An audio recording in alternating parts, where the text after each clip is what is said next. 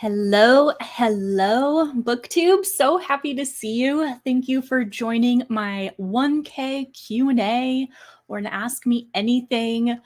I am so excited to do this. It's kind of weird doing a live show now, like flying solo, because I'm so used to the Biblio Files interviews where I have someone to talk to.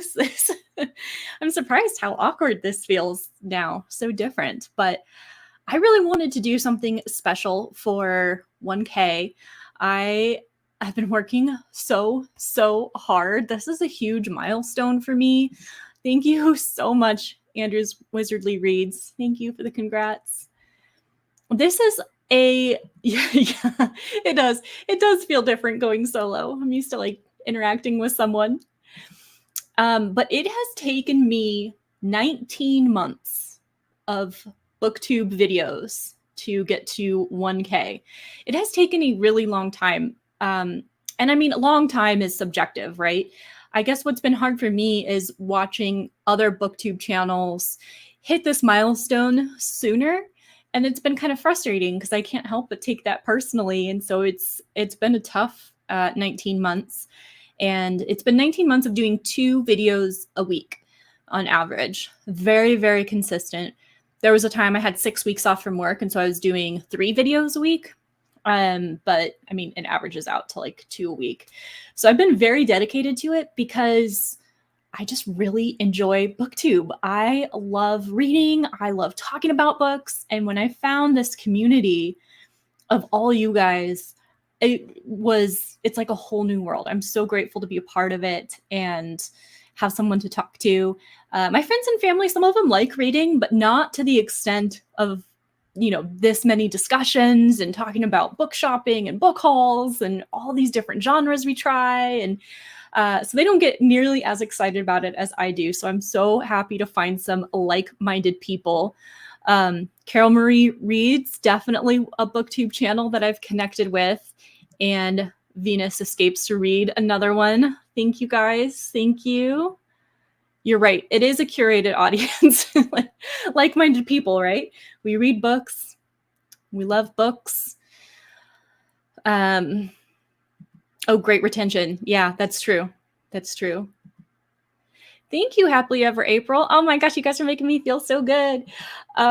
Yeah, I'm so excited. This is like the milestone in my head because I feel like it's something to be proud of. It's something that like I'm more serious now. Not that I wasn't serious when I just had a couple hundred, but it feels different, right? And I'm definitely not at the stage of being monetized. You have to get 1,000 subscribers and 4,000 hours of watch time in the past 12 months. And I've got some time to go on that. So, it's not about getting monetized. I'm not planning on like getting rich or anything, but we'll talk about more when we get into some of the questions. But thank you so much. Thank you for celebrating with me. So I want to do a Q&A, Ask Me Anything. So if you guys are watching live in the chat, please drop some questions. I did post something on Instagram trying to get some questions ahead of time. I'm a planner, so I like to know ahead of time and research. And some of these were so tough that I needed the time to research. So I'm glad, but don't hold back in the chat. If you've got some questions, I want to hear. So, hey, $40 a month is no joke. That's like 2 paperbacks, maybe 1 newer hardcover and a candy bar. That's worth it. That's awesome. Okay, so I had some questions, and this first one I was so excited about, and it was, how many books do you own? How many of them are unread? That is a doozy of a question because I was not always a book collector, and so all this book shopping is relatively new. In the past like couple years, I've been going crazy because I'm so easily influenced, and then you have like these special editions now that I'm getting. It's insane. So today I counted all my books, and then I had to count again because I got another shipment to my door. So it's been a long day. So 1,000 books is the definition of a personal library. So I was wondering how close I was to 1,000 books. And my friend Andy was so funny because he's like, what if you had 1,000 books for 1,000 subscribers? That would be really poetic. That is not the case though.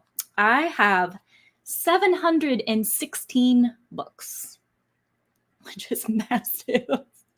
I don't want to think about the money that is for 716 books.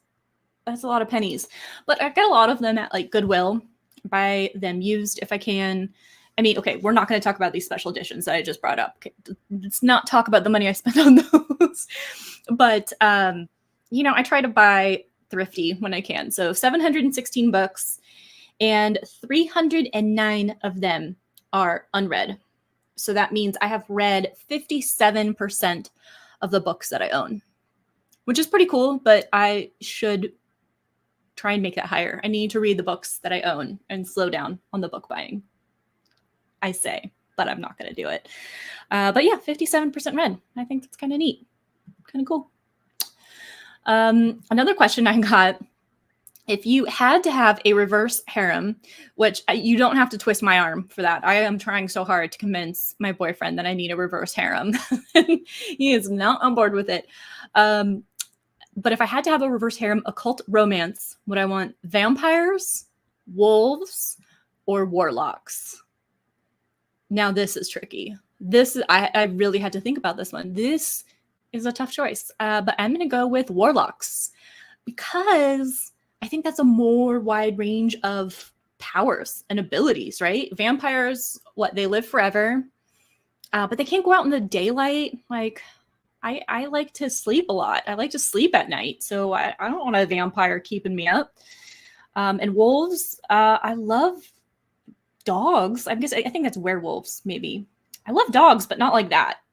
Can't cross that line. So it has to be warlocks. But the powers, like, there's got to be a lot they can do. So I'm going to say reverse harem occult romance with warlocks.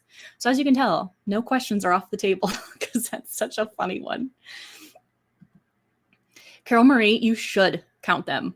I want to know how many books you own and how many of them are read versus unread.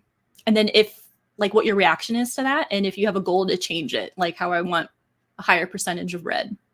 I'd love to know. The next question I got was not bookish related. It is, what is your least favorite house chore?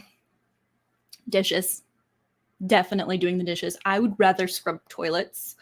I cannot stand dishes. So in my household, I do all the cooking. If you've seen my vlogs, you're probably not shocked by that because I'm in my Gordon Ramsay era, trying like new recipes and fancy stuff. So yeah, I do the cooking, and then my boyfriend does the dishes most of the time, which is a great arrangement in my mind, if you ask me. But yeah, that's my least favorite. Laundry, I'm pretty guilty of like letting the clean laundry stay in a pile for like, I don't know, 7 to 10 business days. It's not going to get done, but I don't hate it that much. It's just, you can put that off, but dishes you can't. And that goes back to like my childhood. I remember my mom like asking me to do the dishes, and I never would. And that's the primary reason why I got grounded as a kid, was not doing the dishes. So thank you, Talking Story. That's so sweet. Thank you for joining too.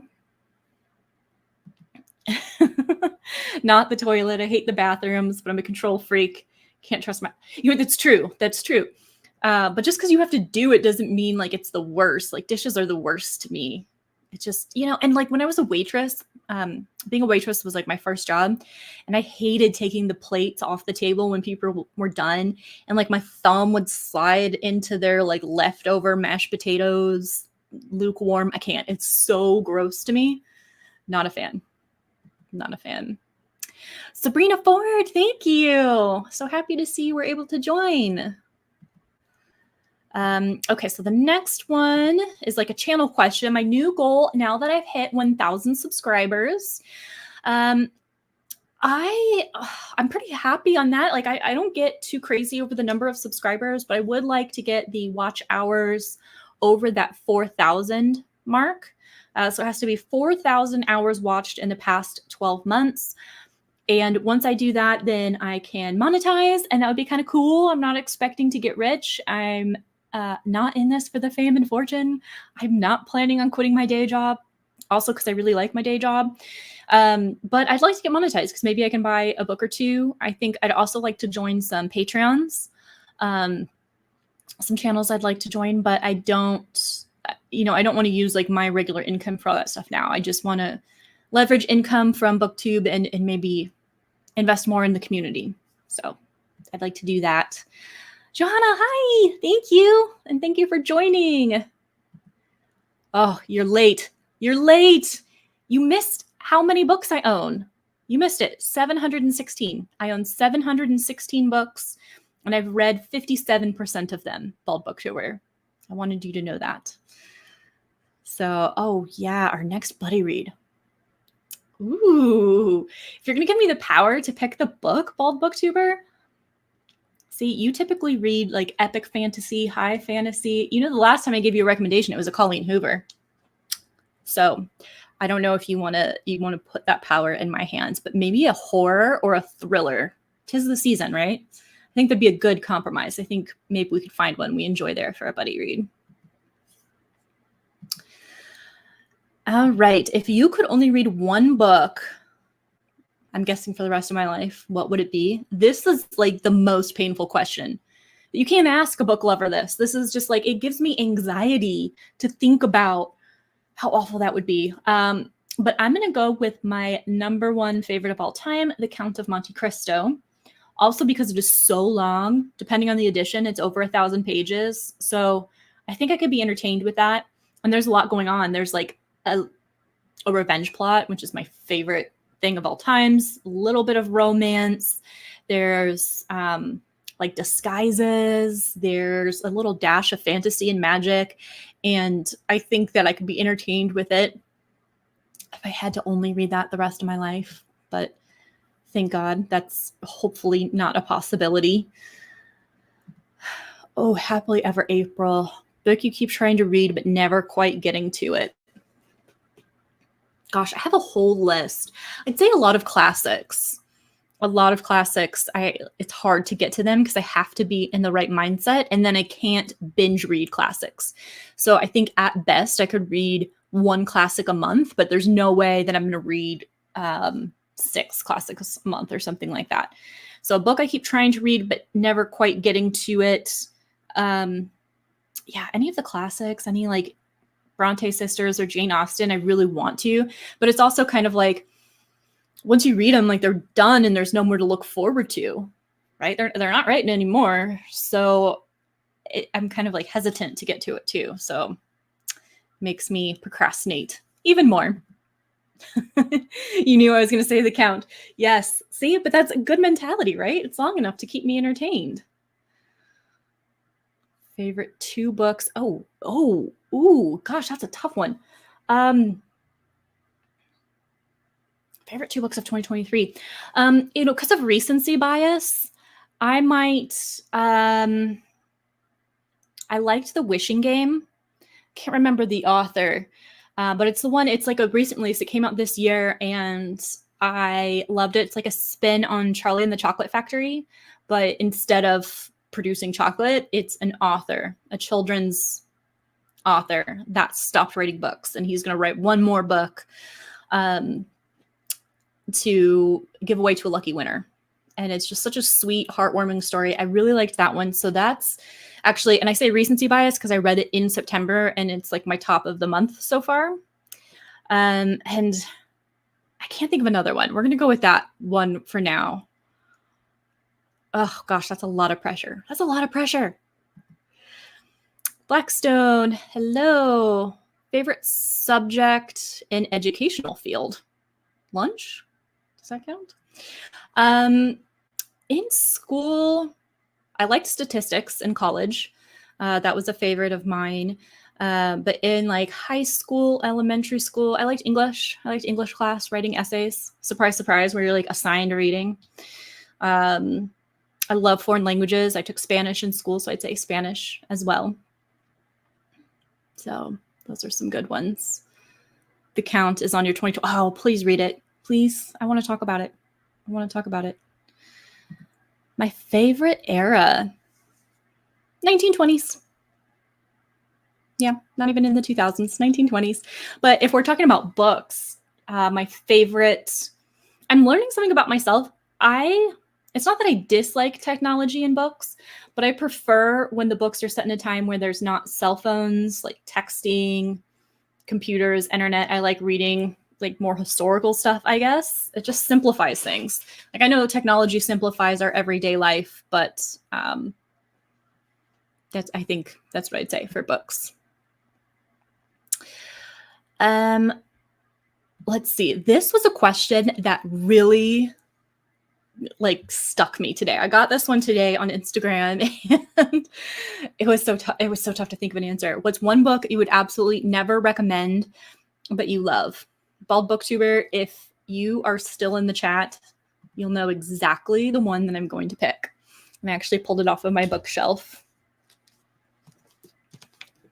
Atlas Shrugged. Absolutely loved it. It's a favorite of all time. I would never recommend it. And I was like hesitant to even bring it up now because like it's so triggering for some people that like I just don't want to get into it. So Atlas Shrugged is the one that I love. It is about individualism. It kind of breaks people down into two categories, those who produce and contribute and those who just leech off of society. And yeah, it's tough for some people. It's also like a philosophy book and it lectures you. Like you're really getting lectured from this book. Very like heavy-handed with it. And it's over 1,000 pages. I think it's actually over 1,100 pages. So I wouldn't recommend it because like I feel like all the hate and all the bad reviews on Goodreads, I was actually reading through them today.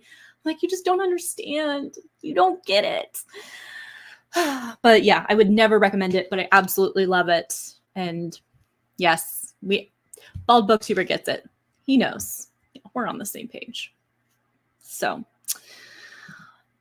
where do I live? I live in Phoenix, Arizona, in the US. Sunny, sunny desert. And we're still over 100 degrees Fahrenheit right now, but I think we're done with the 110s. So, very, very happy about that. So, Blackstone wants to know, have you ever studied commerce concerned subjects? Because you said you studied statistics. Kind of, but not like in a concentrated way. I got my bachelor's degree in international finance. So kind of studied a lot of business related things in college. But I'm one of those people who don't use my degree in my profession. So, you know, I feel like that's pretty common. Another question I got, have I ever read Robin Hobb or Tad Williams? Tad Williams, no. Robin Hobb, yes.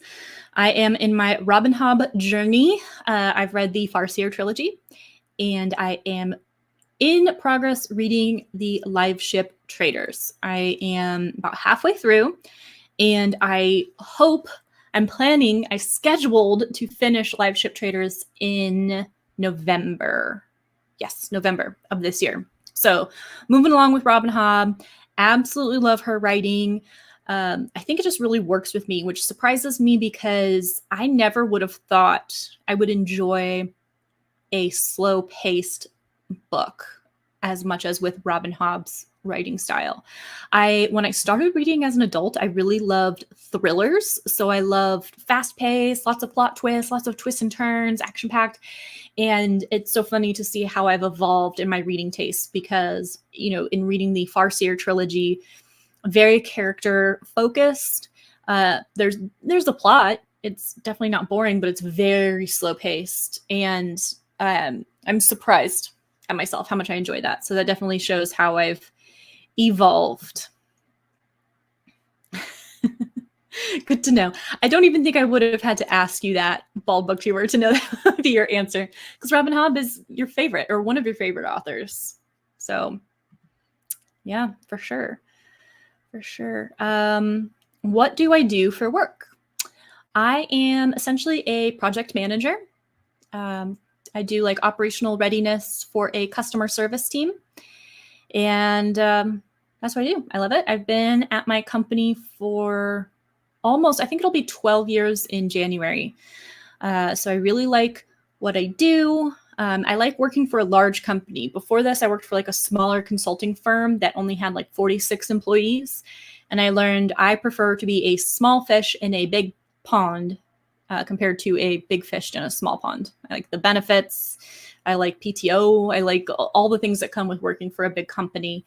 And it's funny how you see different faces all the time. Like as people move throughout their career, you kind of run into them again.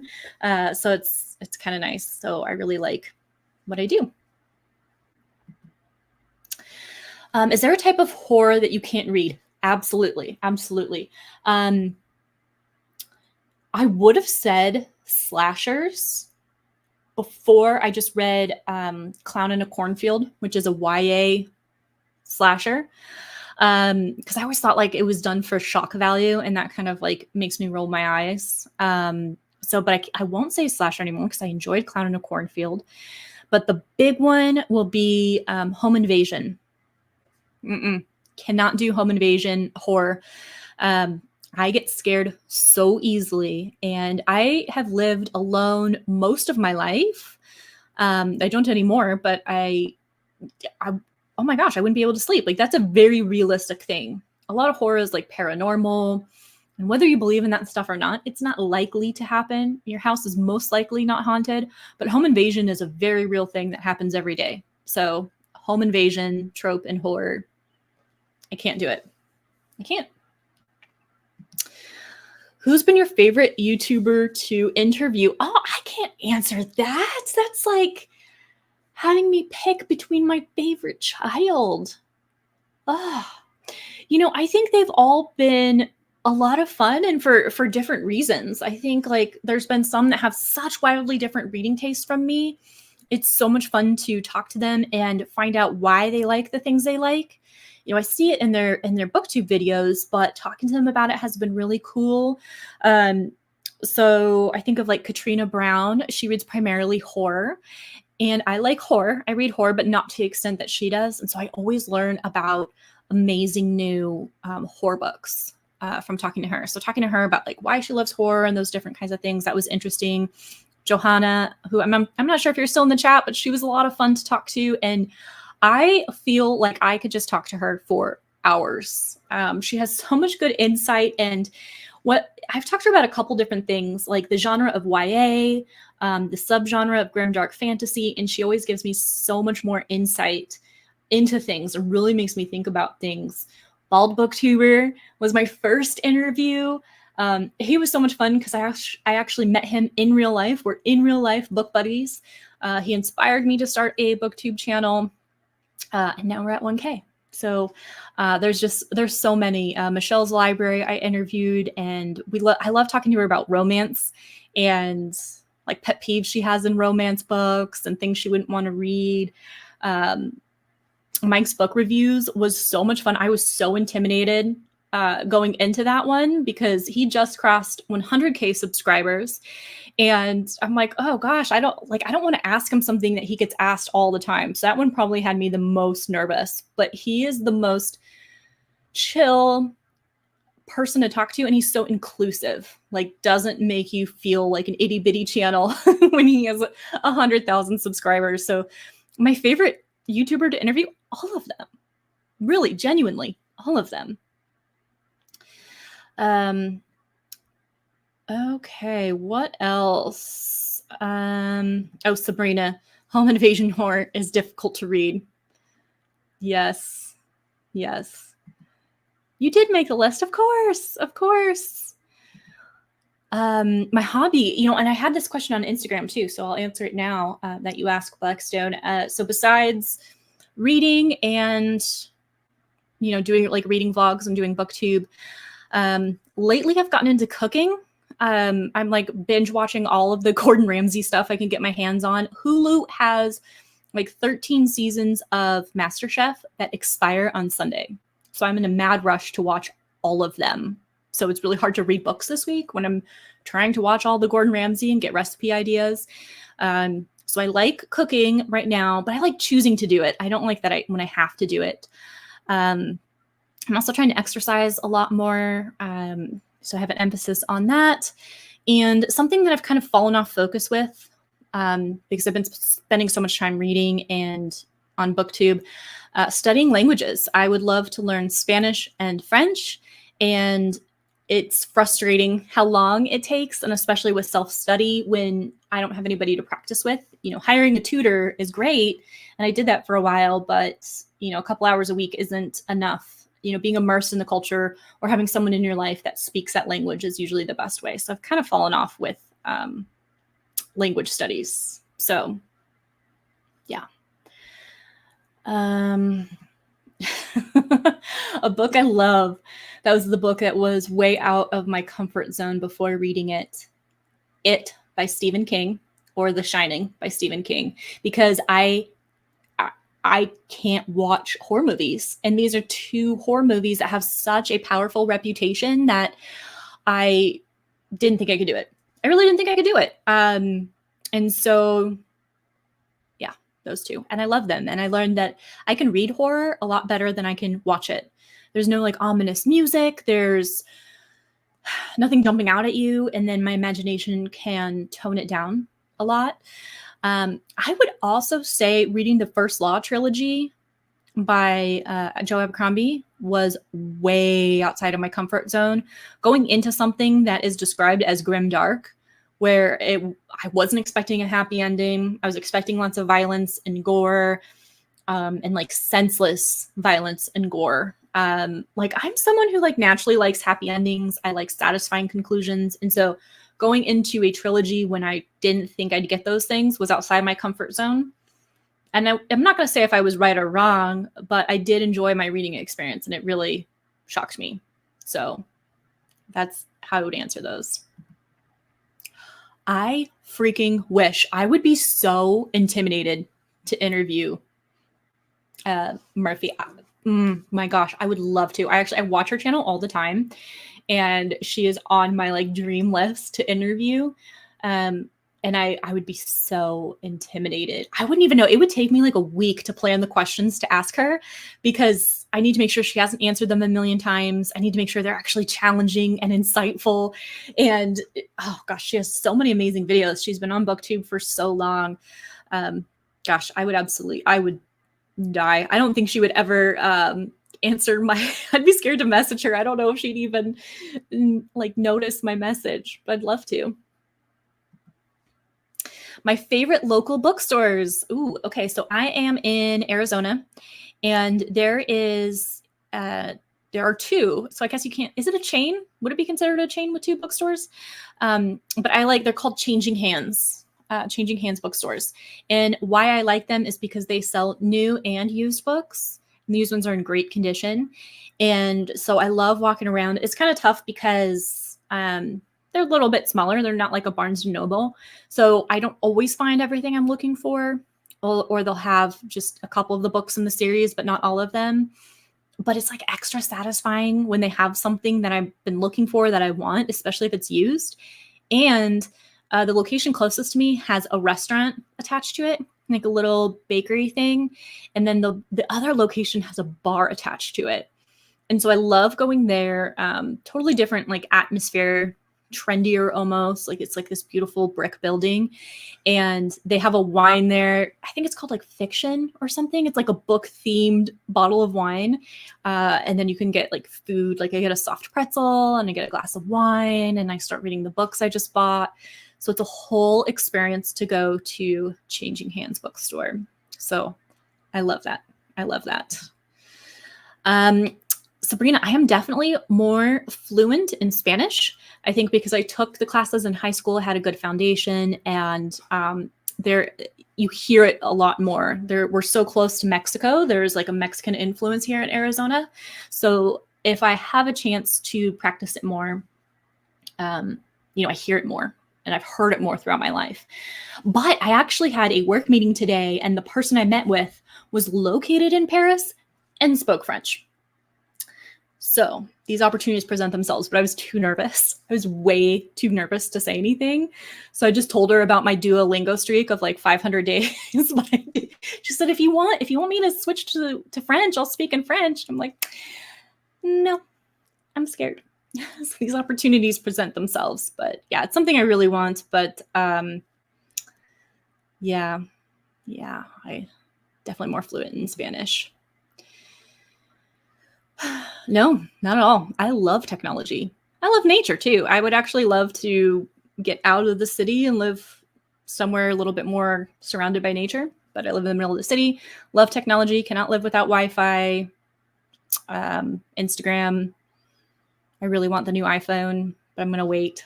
So, yeah.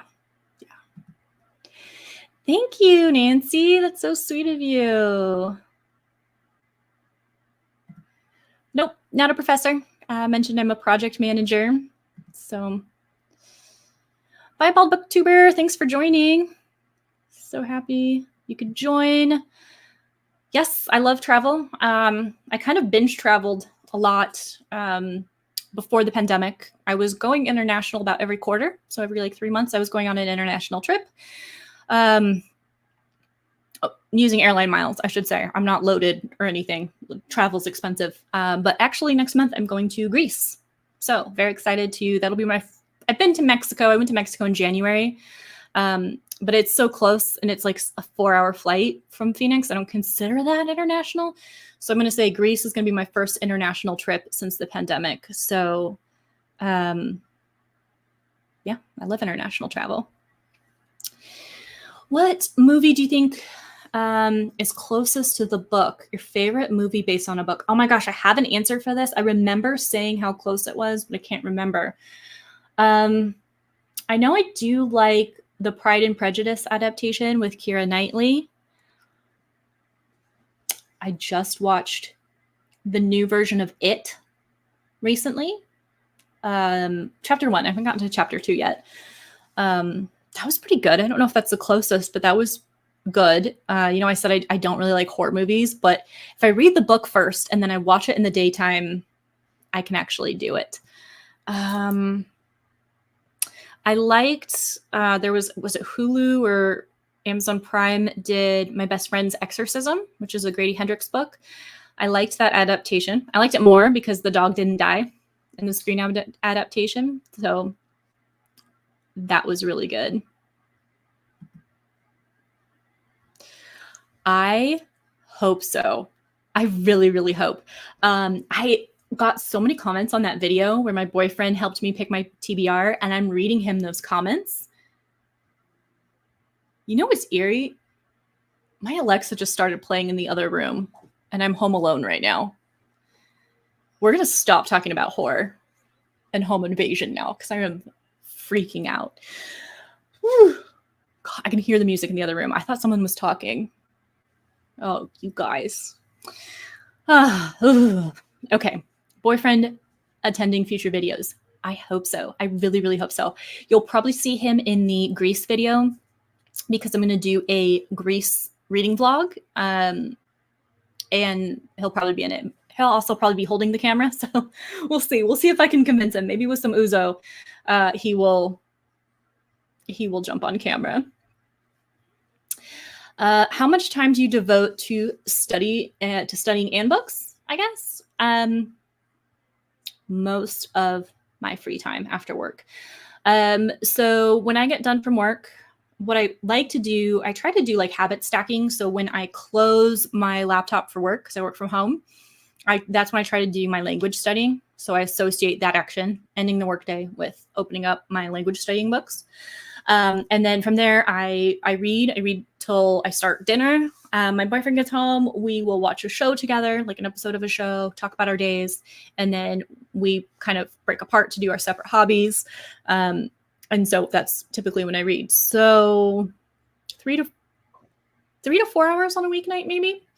And then weekends, depends on what I have going on, but probably like 5+ hours on the weekends for reading. Depends on what you're in the mood for. Really, really does. I love them all. So tough to say. Number 1 priority by the end of the year.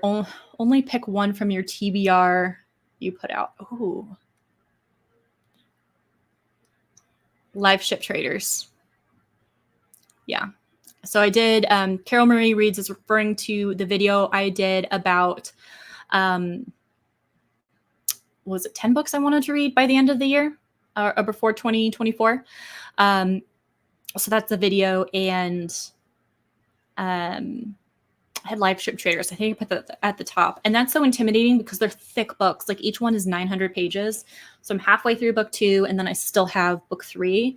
And I had to put it down because our characters are going through so much trauma, and it was so heavy for me at the time.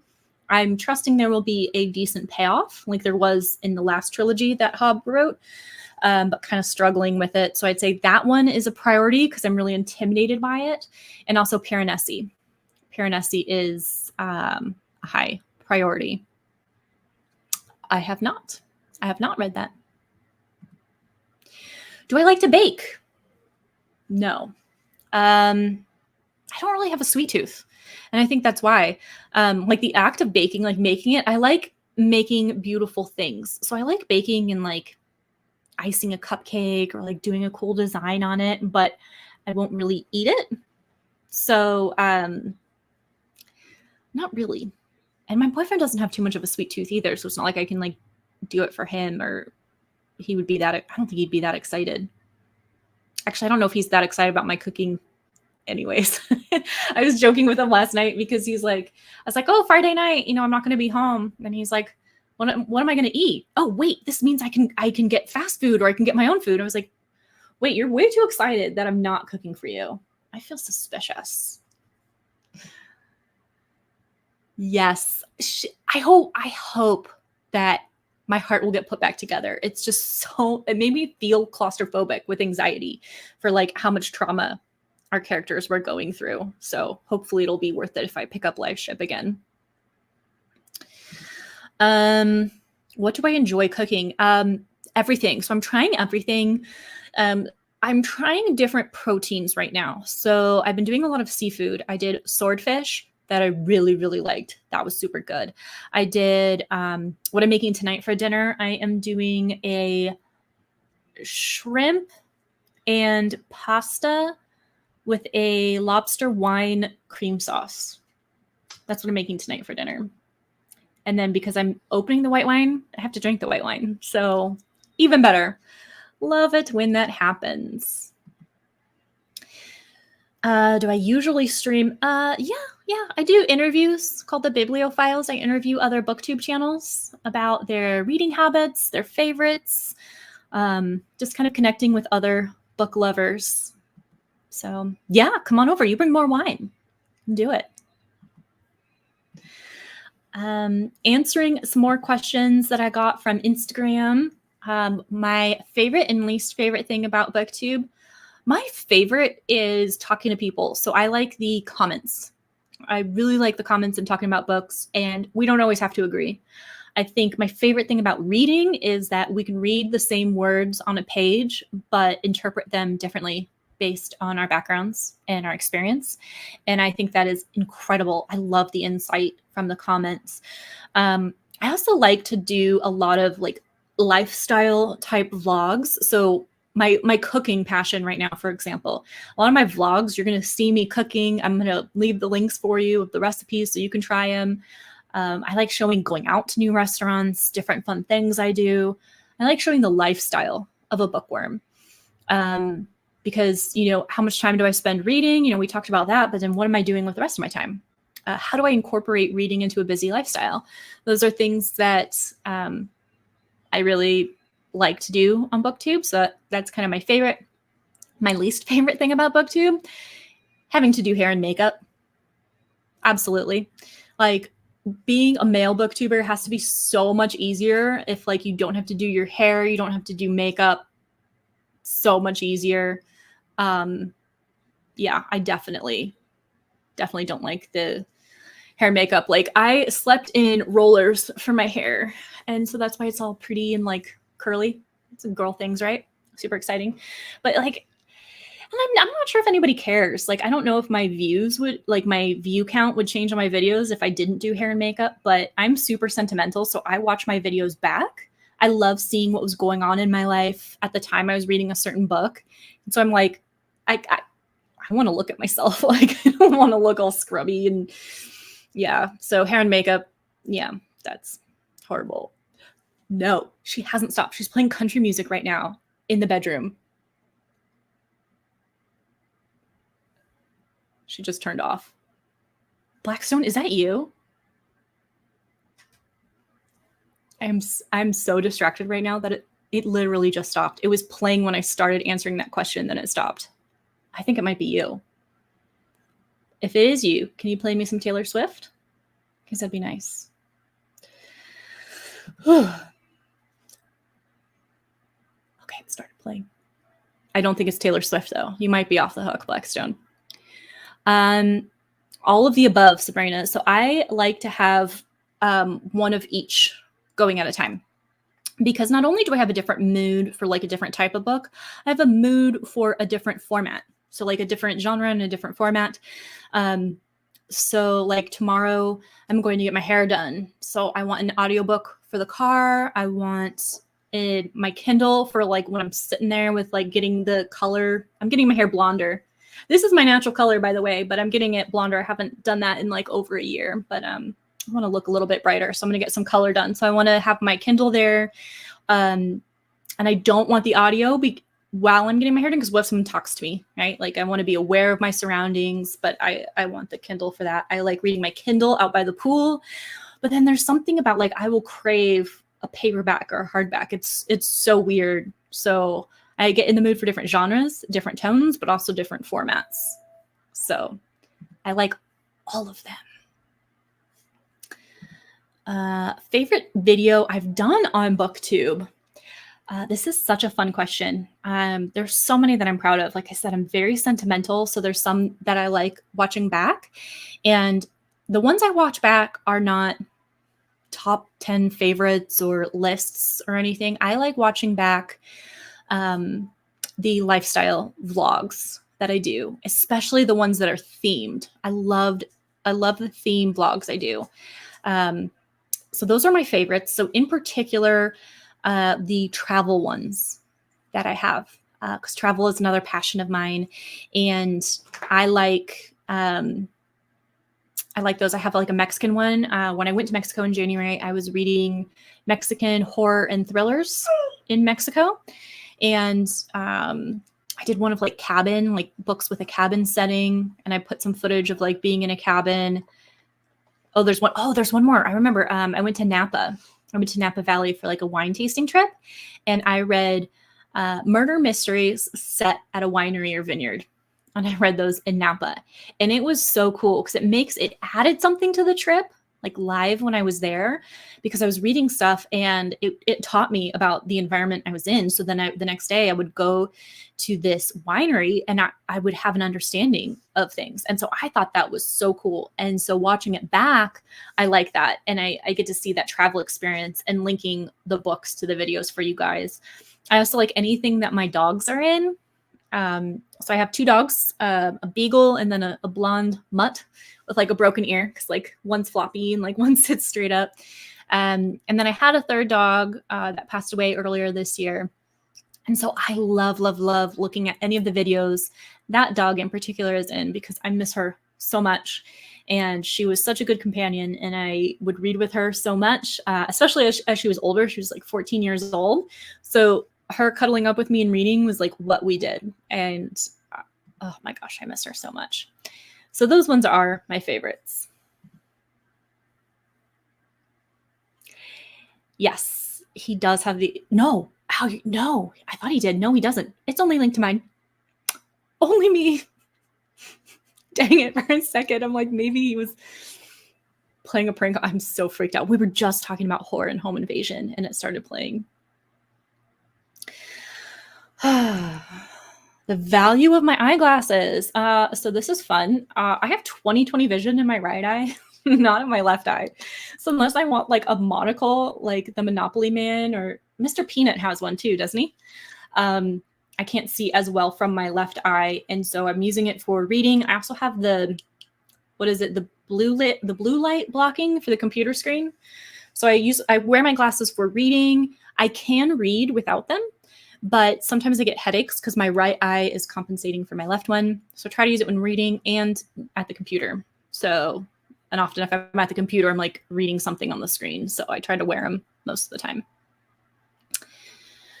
If I could only read one genre the rest of my life, what would it be? I would pick literary fiction because I think there is such a wide range within that I could be entertained.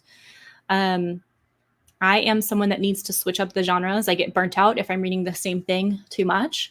So if it's high fantasy, cozy fantasy, dark romance, contemporary romance, horror, classics. If I had to read any of those, I would get burnt out so fast. But literary fiction, like I said, wide variety of tones, moods, worlds, characters, time frames. I think I could be okay with that. But I really don't want to test that. What do books need more of? And this question came in, which is kind of funny because I always ask my Biblio Files guests this. So it's kind of fun that now I get to answer it. I desperately want more female main characters over the age of 40. I want them to be powerful and strong and desired and sexual. And I want all the things. I feel like in society, females are kind of under the impression that your value is linked to your beauty and youth. And it's like life is over at 40. And even in classics, you see that because it's like if they're not married and popping out babies by like 25, they're spinsters, right? And so I think that there's a great opportunity in modern day to have more representation from older characters. And I'm always on the hunt for more. I have a video about books with female main characters over the age of 30. But I think more specifically, I would love to see more 40-year-old characters.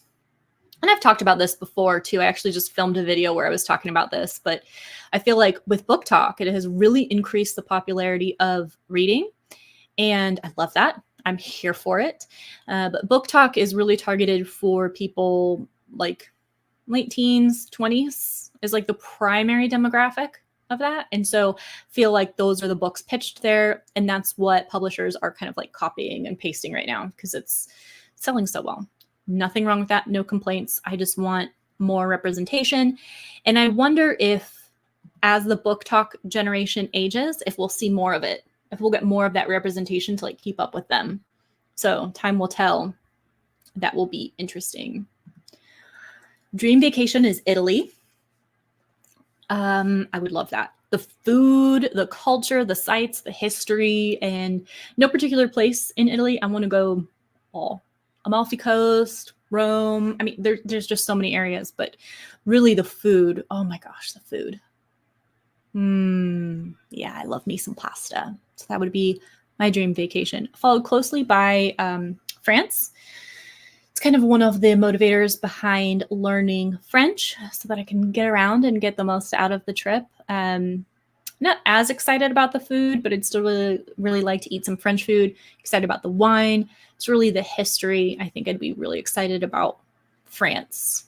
So, but I have a long bucket list for travel. Long. And I've accomplished a lot. I've accomplished a lot of my bucket list for travel. My favorite countries, not that you asked, Argentina, Morocco, Thailand are my favorite countries that I have been to.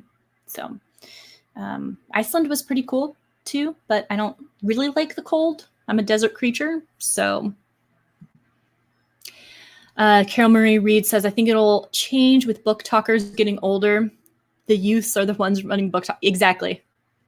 So like, I wonder if reading this much is just like a fad or if they'll still like reading as they age.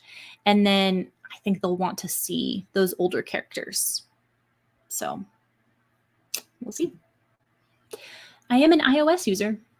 I have the iPhone 11, I think. I don't know. I don't really keep up with it. Yeah, I have it. There's space. It works. I wouldn't mind a new camera on it, but I'm probably not going to rush to buy a $1,000 new phone. I do reread, but not a whole lot. There's just so many books that I want to experience that it's hard. Like there's so much pressure. But I did reserve the second half of December to reread some not some of my favorite books, some ones that I just want to reread. I am planning that for end of December. So I'm going to do my end of year wrap up December 21st, which is my birthday. I love doing it on that day. It's like sentimental and special to me. So I will end my 2023 reading by December 21st, post all my rankings. And then for the rest of the year, I'm just going to relax and reread some things that I want to experience again. Gosh, Sabrina, that's a tough one. What book would I like to read again for the first time? Something with a plot twist, maybe? I don't know. I think you stumped me. I'm going to need to come back to you on that.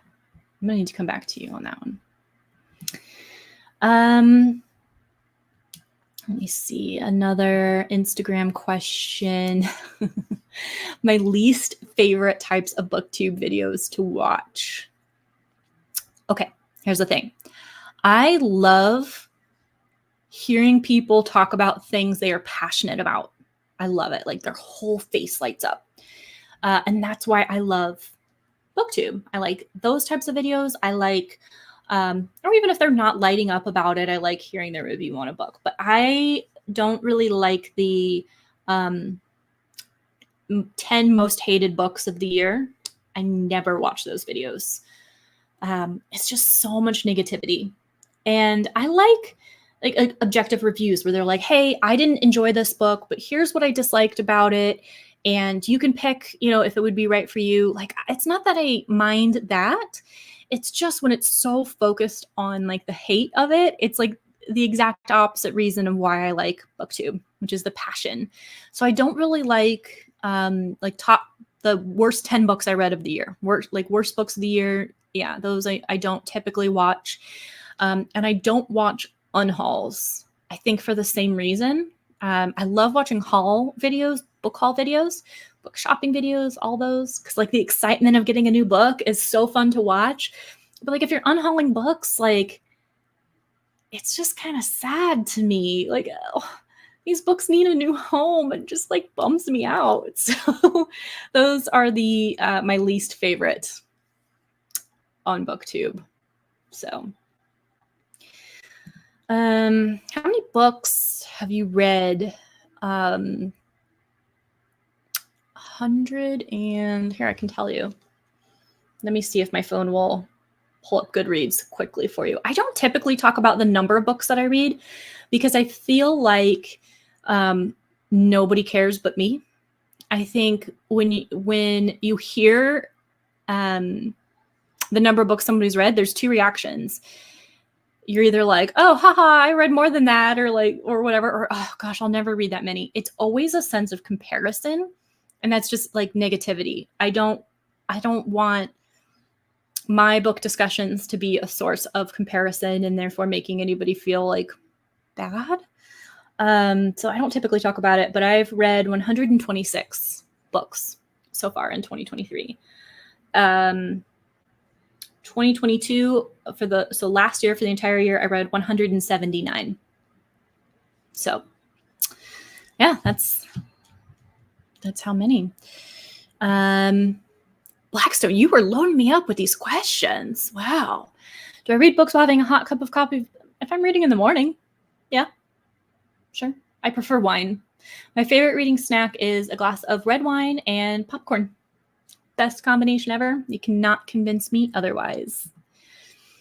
Bex Reads is here. The party can begin. Thank you. Thank you for the congrats. A book that I am excited to read. I'm always excited to read the next one. Always.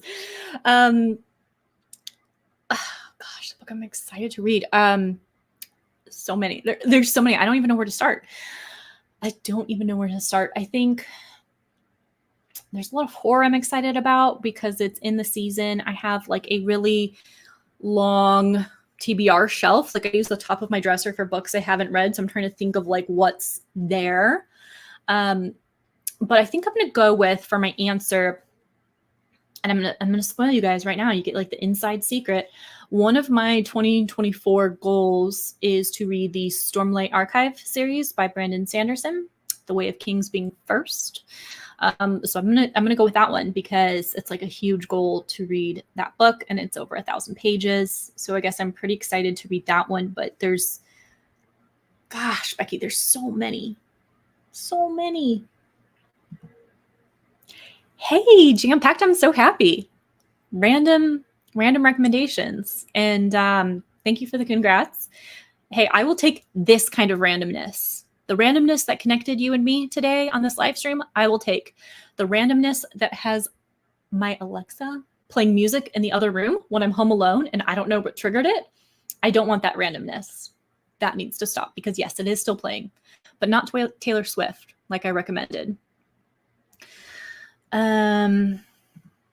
Sabrina, I'm a fast reader and have gotten comments that if all I did was read all day, I would have them. Yeah, it's so rude, right? And it's really a matter of priorities. And hey, my life may not be balanced, but it's, you know, it's just no good can come from sharing how many books you read, I feel. Because like I said, it only makes people feel one of two ways. And they say comparison is the thief of joy. And it just breeds too much competition and just, we don't need it. This is a hobby. None of us are making a living, you know, by how many books we read. So, oh my gosh, Becky, what are you doing to me? This is a tough one. If you could melt a book down and inject the ink into your blood to become the main character and live in that world, what book would you melt and inject? Okay. I'm thinking, you know, I can't help but be selfish. Thinking of like a billionaire romance so that I don't have to work. After I said that I love my job, right? And I like what I do for my day job. I am going to go with, and because I have this on the brain, and it's so funny because I gave these books like 2 and 3 stars. But the Dreamland Billionaires trilogy, it's a contemporary romance about the owners of Disneyland, or like the Disney Empire. So they have like streaming and movies, they have the theme parks.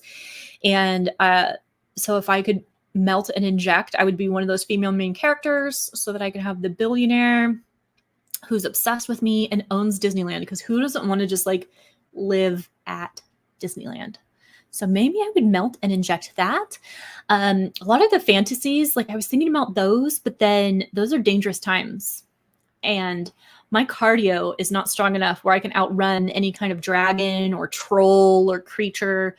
I don't think well under pressure if I was in a dangerous situation. So I don't know if I'd want to live in those worlds as a main character. So, right, Sabrina, right? Yeah. What does my dream library look like? It has 2 stories, spiral staircase, skylight, fireplace, massive fireplace, like the kind that you could like walk into without ducking, which probably wouldn't be that smart in Arizona where it's like 115 degrees, but yeah, fireplace. Now, would it be like warm wood tones or white? I don't know, because like I kind of want white, but then like the brown tones look so nice. And I also like the Baroque style, like think French, like intricate, like gold designs. Yeah, like crown molding and stuff. Big chandelier, great lighting, huge window that overlooks something green. Yeah, but yeah, 2 stories of shelves. So not a rolling ladder necessarily, that'd be cool, but like the spiral staircase with like a balcony that like wraps around where you can like walk around. I don't have very good balance, so that ladder kind of scares me. I broke my arm in 2020 getting out of the shower. Like slipped and fell and broke my arm. So like I can't trust the rolling ladder for the stream library. So yeah. What am I doing after this stream? I'm making that dinner. I'm making that is shrimp with pasta and then the wine lobster cream sauce. I'm not describing it well, something like that. But yeah. Dream reading. I have it. I have my dream reading nook. So I have this chair that is just divine. And so you'll see it in like a lot of my reading vlogs. It's like a gray chair. It has a bunch of pillows on it, but it's like a 2-person chair. It's not a love seat. It's like one chair. And then there's like an ottoman where I can put my feet, and the dogs climb up there with me. And I have a little table right next to it where I always keep my monthly TBR and the books that I've already read that month, and looks out the window. Like I said, I love seeing the green. So yeah, that I have my dream reading nook. So happy. I'd like a little bit more natural light, but I'm not going to like install a skylight for my nook. That might be a little bit crazy or genius. I can't tell. Okay, what else you got for me?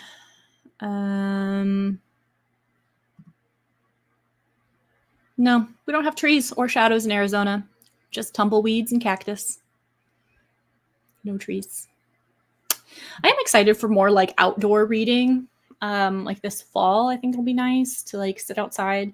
I've been reading a lot this summer in my pool, like taking my Kindle out there.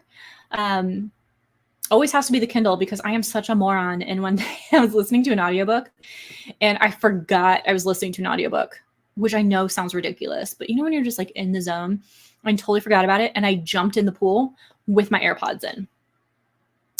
And it was in the deep end because I like jumped off the diving board. So I had to have my boyfriend like dive down to the bottom. It's like 10 or 11 feet. He had to dive down and get them because I didn't want them getting sucked up in the vacuum cleaner and like messing up my pool equipment. So yeah, I try not to use the AirPods in the pool. I do occasionally, but the Kindle in the pool is great. So like reading outside, I have like a couple like fireplaces or fire pits outside. So like I have this dream of like reading outside by the fire. Oh my gosh, I'm so excited for cooler weather. Just not the mosquitoes.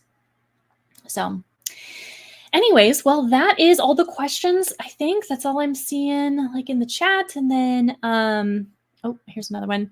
What's the title of the book behind you? Second row, first column. Second row, first column, the first one. Is this what you're talking about? The Death of Jane Lawrence? That one?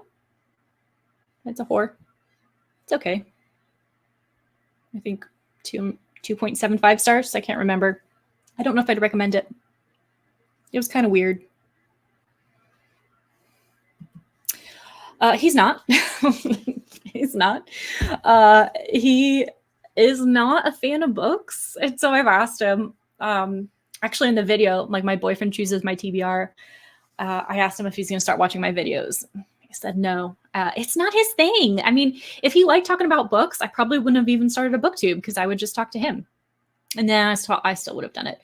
But yeah, no, he is not a big social media person, like Facebook, Instagram, TikTok, not a bit. And I think YouTube's a social media. And so he's not big on social media.